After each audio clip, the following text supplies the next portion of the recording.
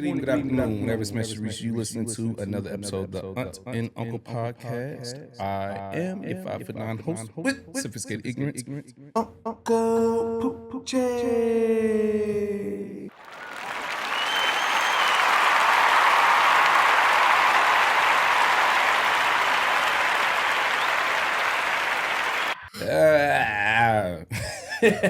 What's up, everybody?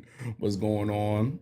Man, goodness gracious. I like to use the phrase "we back," but I wouldn't like to say that like we was gone nowhere. We wasn't gone, but we are back. Hey, what's up, y'all? You missed us?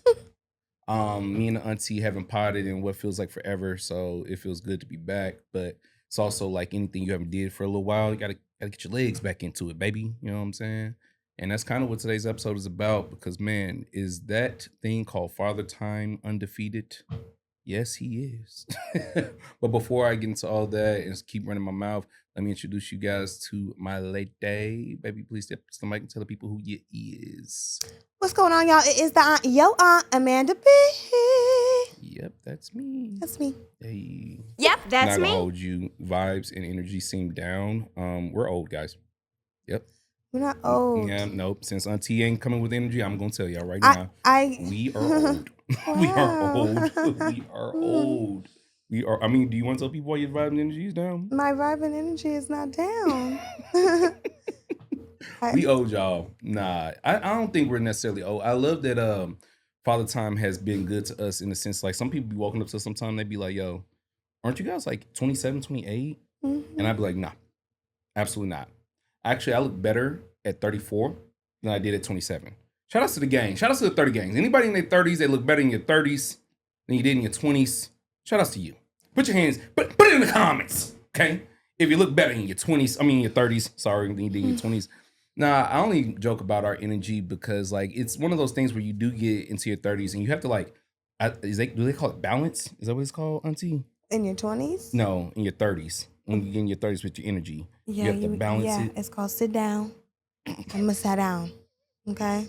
I'm going to sit down and I'm going to stand in the shade. It's kind of hot where we at right now in LA. I don't know why I said kinda. It is hot. Kinda. It's hot out I'm gonna be here real right with y'all. Y'all not gonna like me. It's not hot to me. I am from a place way hotter than this, but that's my only time that I can be pretentious on anything.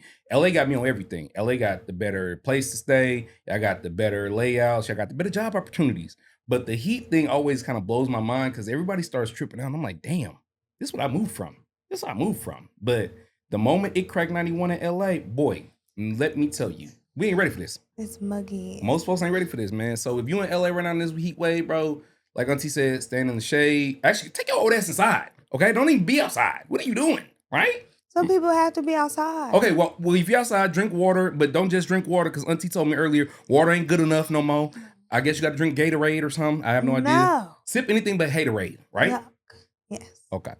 But nah, honestly, the energy level in your 30s is something that I have learned that, you do have to balance out because you just don't be having time for everything. You know what I'm saying? You don't have time for the energy. You don't have time for the clap back. Remember when you was younger? Everything like, don't come for me. Don't send for me. Now I'm like, why are you here? What you doing here? What do you want? What's that? What do you want? Yeah, what do you want? I thought you were talking to me for a second. No. No, I find it weird because like, I just woke up one day super irritable and it's like it never stopped. And it was like, hold on, is this what they were talking about your 30s? You just get tired of shit. And so one of the things I just got tired of recently, it's been a long time since I've seen y'all and potted with y'all, was that I heard LeBron is a free agent again, right? I'm tired of this shit, y'all. I'm sorry. Look, let me tell you something. I like LeBron. I ain't got no problem with the brother. You know what I'm saying? I think he a baller and all that, right? But this free agency LeBron thing just put time in perspective for me, baby. Because I was there. You probably wasn't there. You was probably doing good things with your life. I was not. Who knows? 2010, a long time ago, right? But yes, back in 2010, LeBron dropped his first free agency, right? We was both 18. We was dancing, doing the Dougie. I think No Hands was out. And I definitely had a strong hairline. 16 years later, I don't give a damn where LeBron James is going to play basketball at. I just want to know why. Why you still playing, bro? You ain't tired? You ain't tired? So I don't know, man. That's why I say like maybe it's me. Maybe it's just me in my 30s. Maybe I'm not balancing my energy out because you got a whole ass 45-year-old LeBron James. I don't know how old LeBron is, but still playing basketball. But I would guess we say everybody's energy is different, huh? Um, baby, how can we afford LeBron's energy? I don't think we can afford what LeBron puts himself through. This is very much true. LeBron Yes, does yes, spend a lot sir. of money Please. on his body. If LeBron, LeBron was 45 years old right now in 2026 outside in the 91-degree weather, I think he would go on and tell people he gonna sit inside. I'm gonna sit inside. sit inside. I think that if he didn't have that LeBron James money, that is true. I guess that does bring up a good point because as I was tripping about that shit initially, when I was like, damn, how's bro have all this energy? I had to catch myself with exactly you just pointed out. It was like the comparison session. You know what I'm saying? Like there's no need to compare myself over and over again to like another man. But I don't know. I'm human. We human. I think that's natural. You know what I'm saying? It is hard for me to realize that I'm comparing myself to a grown man that's 6'8", you know, as a 5'9" gentleman, 5'9" giant, short king myself, I should probably not do that. So thank you for that retrospect, sweetheart. But it is just one of those things weirdly when I think about it, and it's just like I am oddly happy with the time that's passed in the 16 years since his first free agency. You see, that's the weird thing about Father Time. I mentioned earlier, like maybe I've lost some of my energy, but I've at least gained some wisdom, I would say. Would you say you feel the same way about yourself? 100%. Yeah. I mean, I've gained a lot of wisdom by watching probably a lot of older people in their time. When I don't want to put age on it, but I just knew in my 20s there were certain places I didn't want to be in my 30s. Facts. And then I'm watching all the people in their 30s. Well, you know, that is a weird feeling, right? Because I've been in places in my 30s where I was like, yo, I didn't never think I'd be here in my 20s. But I'm glad that I never took it to a bitter streak, you know? I'm still not where I want to be in my life at 34 years old. I'm sure you probably feel the same way. I don't know why I said sure you probably. I know you do. But it's like we do have this sense of relief sometimes because you're like, hey, you're working towards something. I never want to diss nobody that's working in any field, any type of job at a certain age. But I do look around sometimes and think, damn, at this big age, you want to work like this? You got to hustle like this? And you never know what people have been through, so you don't pass judgment, right? But it is right. You are right. There are certain times where you was in your 20s and you was looking over at your 35-year-old coworker and you was like, we make the same amount of money, big dog. Ain't no way you feeding your 2 kids, your pit bull puppies, and your girlfriend and your wife on this salary. But they was. But then that's I mean, it also wasn't $300 a bite. Boom. I knew you was in going to say that. 2010. I knew you was going to say that. I was just going to say that. Because roughly around that time, you and I both got our first own apartments. We didn't know each other in 2010, 2011. But we got our first apartments around 2011, 2012, like around that time period. And my first apartment, dog, that shit, my studio apartment in LA cost me $850. Some about $850. Rent was still less than $1,000. Yeah, because my 2-bedroom, 2-bath was $695. I had to knock this mic over. 2-bedroom, 2-bath for $695. I don't care if it's in Sacramento. I feel it though. That's why I say like I don't really care about. I'm sorry. Let me stop. I don't fear Father Time and his undefeatedness because like either way you shape it. The time gonna keep moving with or without you learning how to shave your hairline off or not. You know what I'm saying? You gotta learn to let the hairline go or don't. You see, but it's also cool that we can say we remember those times where like rent was this. But again, I just must say, I don't want to be that dude in his 30s so deeply bitter. Because your 20s really wasn't that long ago, but they ain't coming back. They're not coming back. Like I posted on the gram 2 days ago, people born in 91 are 15 years away from being 50. And people that was, got mad. Man, well, people got depressed. Because they was like, damn. And I was like, yeah. And what's crazy to me is I don't even think about 50 as much as I think about 40. Because like 40 is like right around the corner. I mean, can you imagine the era when they had to tell the 40-year-olds to stop wearing tall tees? Well, please. I was in that era. Yeah, but you weren't 40. But I also know. Okay, let's talk about it. So, do you believe the older you get, your choices in clothing style need to change? Do you believe that? No, big. Because some people say. Well, it kind of depends on what you do. Like, do you get paid for, because there's a lot of older people, you know, who are the fashionistas and living a life, and they 77. Yeah, it's true. It's true. So it's like, what do you do? But if you are the unemployed Aunt Sue, that don't got nothing going on, and you feel like you're gonna put them clogs on and them pants that don't fit, then yes, I think you need to sit on down and figure something out. My Aunt Sue was definitely a hustler, but I definitely understand what you mean. My Aunt Sue was a hustler too. I know you're talking about that. Now, I think everything is in perspective based, right? It is weird to me that like we get older and people tell us to dress a certain age while dressing like us, right? Yeah, it's a hard time right now. It is odd, but I also see what people who were older than me were saying when they were like, I could dress how I want, because it's like, who am I to tell you how to dress? But to my lovely wife's point, you know, how you dress and what you present yourself as does say a lot about you, irregardless, even if that's not a word. Okay. But yeah, no, I don't think the guys who was wearing tall tees at 40 are doing too well right now. 20 years ago. Those guys, I don't think they're doing too well. Okay, they're in their 60s if they made it now. So I can't speak on them brothers, but what I can say is that now in my big old age of 34, I do again make it my point of effort to understand that I am not old, but I am not young. It's a good hybrid is what I am. You see what I'm saying? And so I know this, again, like I said earlier, with my irritability.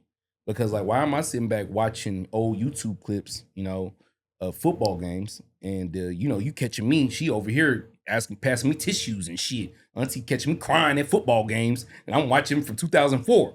And I'm sitting here crying because I understand that I've seen this game before. I understand how this game ends. I know what the results are. I know how that player's career plays out. I know that guy doesn't make it to the Super Bowl. And what made me hurt when I was crying while I was watching it, Auntie was like, what's wrong? I was like, I'm watching this game, and it's crazy to know that there's a 12-year-old in me who didn't know what was going to happen. Now there's a 34-year-old in me who knows what's going to happen. She said, what's wrong with that? I said, I want to tell that 12-year-old that everything's going to be okay. But then that 34-year-old in me is like, no, it's not. No. Well, what would, like, you want to tell him it's going to be okay at 34? Or? I want to tell him that life gets easier, but that's the irony of Father Time. It's like, no, it doesn't. I don't think life gets easier at all. I think we just become tougher and more experienced, and we understand how to handle certain situations. Like, whoever said this thing gets easier, boy, were they on drugs? Or were they as lying? Like, life does not get easier. I'm sorry, I'm speaking from my perspective. Let me stop. Do you feel like life gets easier? No. It doesn't get easier. You have to choose to maneuver to the new wave. It doesn't get easier. No. Maneuver. Look at you with these $15 college words. Auntie, don't let Auntie fool y'all. Okay. Auntie is educated. Okay. Maneuver. We talk about that all the time in the household. Maneuvering, pivoting, all that funky jazz stuff. Because it's like, there are times where you feel like you need to fight. And I know you guys won't believe it, but your aunt and uncle were once fighters. I know you won't believe it. We're sweet looking people, huh? Nope, we've been in a fight. Anyways, so with that being said, we have to teach ourselves that sometimes we shouldn't fight. Sometimes we need to hold things back. As Auntie said, maneuver, pivot, understand that, like, hey, it's not worth the fight here. It's here to be a lesson, maybe a blessing, and move on. I don't think that life gets easier, but that doesn't mean we need to be a cynic. You know, I think for me, one of the roughest things about life progressing is understanding that there's always going to be a dark side. No matter how many mornings you have that's bright and shiny, there's going to be a storm coming eventually. Now, what do you do with that information? Do you just wait for the storm to come and, you know, ride it out and see what happens? Or do you run around and like just be cynical about it and just, you know, waste your life expecting the worst to happen? Well, as a person who used to do that, I can tell you it's kind of best to be a little less cynical about this thing called life, because at the end of the day, we often die. So try to be as happy about it as you can. But I want to say that without sounding too false positive. I'll ask you this. I know you remember this TV show, but let me ask you this. You remember that TV show Beef? The first season, because we didn't watch the second season. No, nothing's ever as good as the first. Yeah, but remember in the first season of Beef, I can't remember the comedian lady's name. Sorry, y'all.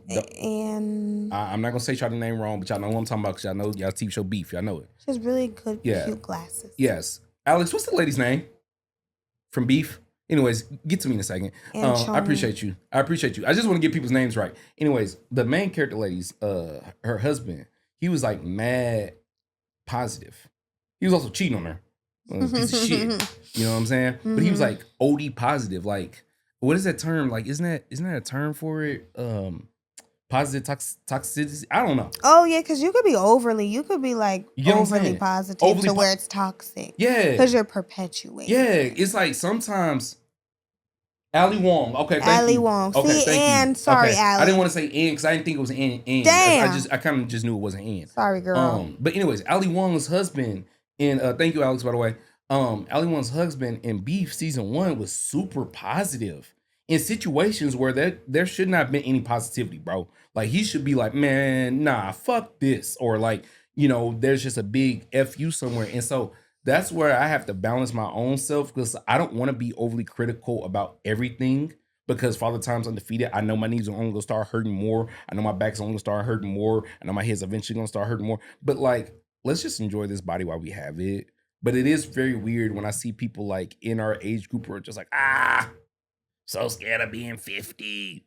Bro, that's 15 years away, bro. That's what I'm saying. We're not even 40 yet, bro. Like, and then you were scared to be 30. Bro, that's what I'm saying. 30. Do you remember that? Remember we were scared to be 30. Like, that's what I'm saying. Like, this episode was literally derived by that thought. Like, I can't believe I'm scared to be 30. I can't believe this. I think it's also just around, like, your age group. Kind of people start looking around, like, what you got going on. Facts. They look around your friend group. Yeah.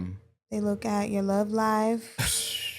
They look at your finances, which everybody can mind their motherfucking business. But if you are trying to be judged in a way where you want something, then if you're 34 years old and you're hanging out with your homies on Friday. The homies not doing nothing? Yeah. Yeah, nah. I mean, listen, as you know, as Auntie would know, and I mean this with respect, ain't nothing wrong with hanging with the homies. No. Ain't nothing wrong with hanging with the homies. I hang with my homies. You hang with the homies all the time. But what is we doing? We're working most of the time. We're getting money most of the time. Respectfully, like when we hang, it's really on the clock. A lot. It's like I don't. You see, because it's not like ain't nobody getting a bunch of money. Please calm your shit. Yeah, but the purpose is the first point is like the people around you. How did you spend your time 10 years ago with those people around you or a certain group of people around you? Absolutely. Wasn't getting no money with the people 10 years ago. No, you wasn't. I wasn't getting $5. I was giving the money. Man, I was going to say, you wasn't getting, you was giving. No. It is weird because like, I don't disagree with anything Auntie said, but I don't want anybody to perceive the thought of that you can't hang out with them unless you getting money or unless you trying to get money. No. First and foremost, you heard my wife incorrectly. What she said was, in doing so, with hanging with her homies, there's usually some payment involved because that's the like-minded people that they are. Which, again, that's so crazy because the internet, boy, they're going to perceive that motherfucker how they want to, right? I'm like, damn, nobody say we sitting there. I'm telling you, bro. You know, I know what you was going to say. Yeah, no. The internet, no. The internet's a funny place, though. But I agree with you. Because, you know, I'm the first one to say that, like, if we hanging out, you know, what are we doing? You know, there could be a leisure hangout. There's nothing wrong with leisure hangout. We went out of town last year, Jamaica, with our people. That shit was fun as hell, right? Shout out to y'all. Y'all know who y'all is.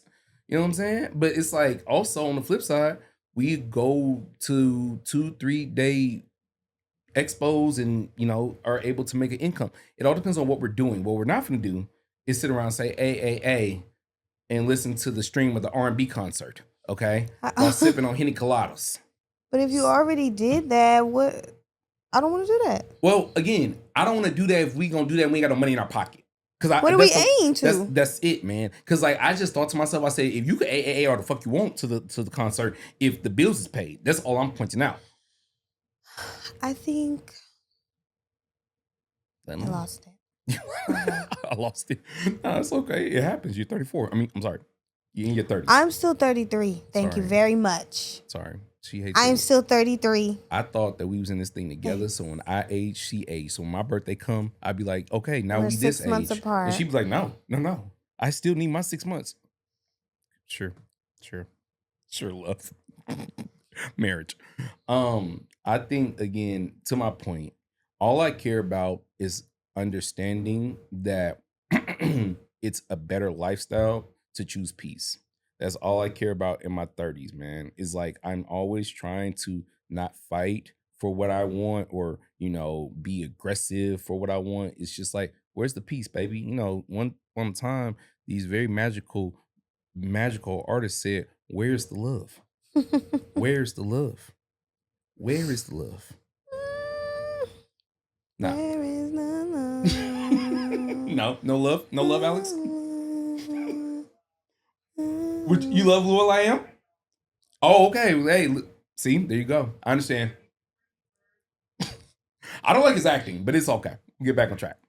Nah, man, I think that like as we as 90 kids progress into the OGs, because that's another thing too. Over the last 2 weeks, two separate people on two separate spectrums of my life called me an OG. I don't know how to feel about that. I'm accepting. I'm reclaiming my time, and I'm accepting. I mean, even when I was like, I'm still 33, I'm very aware of my soul. Yeah. And like, I've been a very old lady for a while now. Yeah, you, Auntie, I think you came out the womb 15. I don't know. Who knows? Honestly. Yeah, I wanted to wear Skechers. We know. They didn't want me to wear them.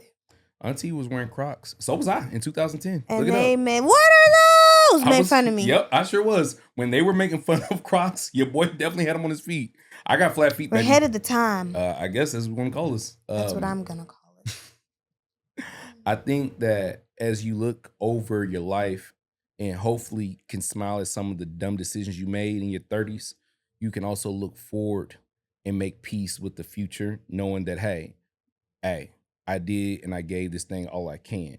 Like, I just want us, like I said, us 90s kids to acknowledge that, look, I'm sorry, it's going to offend so many people, but like, that was a very odd transition for the Gen Xers, okay? They did not transition very well.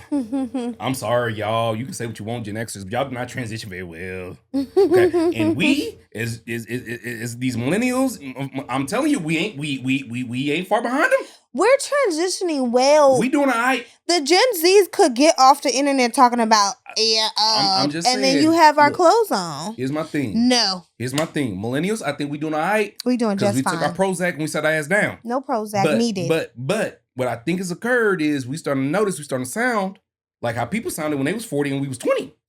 Because when we was doing that, defending our music and defending our style, I said, man, shut up. Let these little kids run their mouth.